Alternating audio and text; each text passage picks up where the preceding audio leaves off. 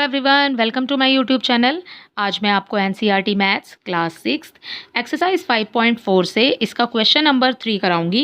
देखिए क्वेश्चन 3 है, write down the measures of. यहाँ पर आपको मेजरमेंट बताना है, ठीक है। यहाँ पर ए पार्ट में आपको दिया है some acute angles and B part में है some obtuse angle. Give at least 2 example of each. ये इसी क्वेश्चन का पार्ट है। आपको 2 एग्जाम्पल देने हैं हर एक के, ठीक है। कम से कम 2 एग्जाम्पल आपको देने हैं। तो इसके आप फर्स्ट और सेकंड पार्ट के बहुत सारे एग्जाम्पल हैं। कैसे लिखेंगे देखिए, यहाँ पर बोला है आपको फर्स्ट में सम एक्यूट एंगल्स।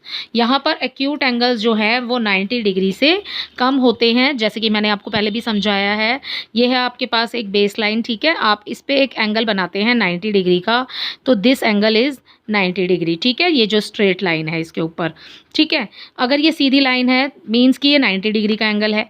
एक्यूट एंगल क्या होते हैं? एक्यूट एंगल 90 डिग्री से कम होते हैं। तो 90 डिग्री के अंदर आप जितने भी एंगल्स बनाते हैं तो ये सब एक्यूट एंगल कहलाएंगे, ठीक है। तो इसका मेजरमेंट के लिए आप कुछ भी लिख सकते हैं।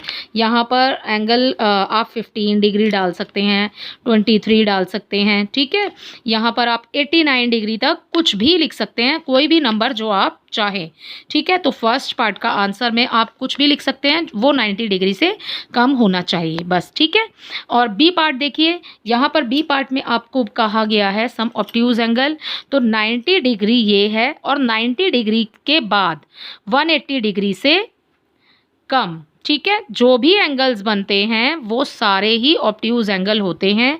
तो आप कुछ भी लिख सकते हैं इसमें, 125, 123 डिग्री, ठीक है।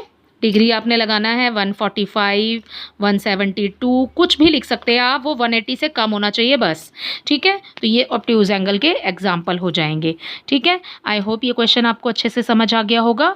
Thank you.